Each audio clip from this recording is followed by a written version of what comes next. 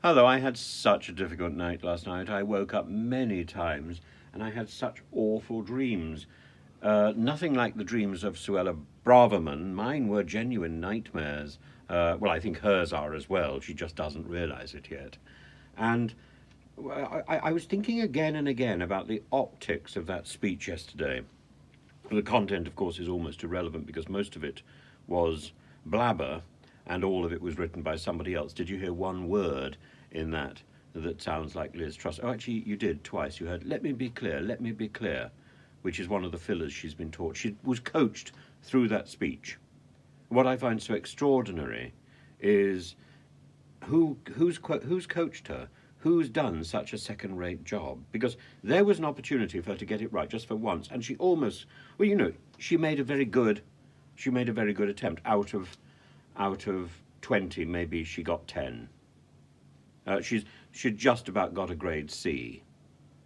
But who chose her costume? Who made her look like a remnant from Hitler's wardrobe? What exactly was the plan there? And the hand gestures didn't really help, did they? They were the sort of fascistic hand gestures, but she's never really got out of that.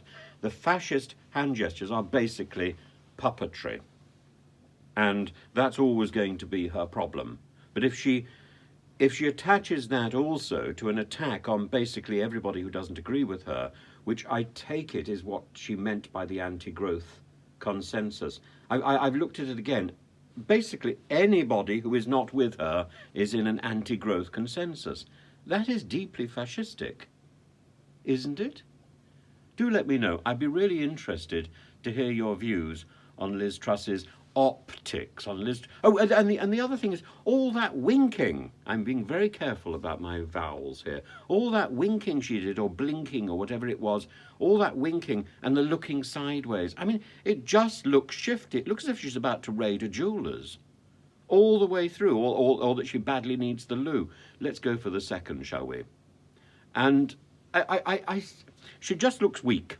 She tries to look strong. She looks weak. And the only time she looked happy was when the protesters were being carted off. She started off with an imperious, just get rid of them. And then she looked genuinely relieved and happy and tried to take credit for wheeling them off with this sort of this strange dampening down of applause, which of course she loved it. She only got applause twice. She only got a standing ovation twice in that speech.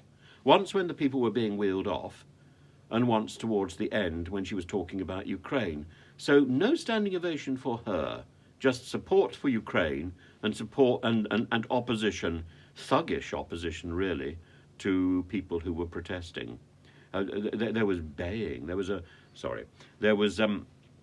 real nasty mood in the conference when those two people from Greenpeace were wheeled off. Nasty mood, and it was quite ugly.